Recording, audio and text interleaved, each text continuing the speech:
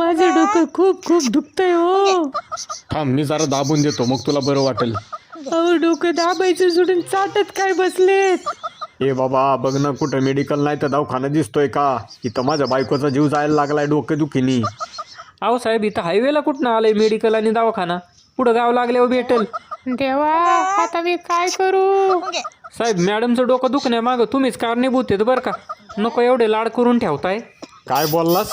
सकाळी प्रवासाला आपण निघालो नाही तेच लगेच मॅडम म्हणली भूक लागली. हां मिसळ पावसाठी नाश्त्याला गाडी उभी केली. मॅडमनी अख्खी पावाची लादी बसवली. पुढं आलो नाही ते अर्ध्या तासाली वडापावून भजी खाल्ली. टोल नाका पास केल्यावर एक्स्ट्रा चीज पिझ्झा आणि बर्गर खाल्ला. बका बका सारखं तोंड चालूच. तरी पण माझी कोल्ड कॉफी प्यायची राहिलीच की. बघितलं का हाय का लाज. तुला ड्रायव्हर ठेवलाय का माझ्या बायकोच्या खाण्यावर लक्ष द्यायला ठेवलाय?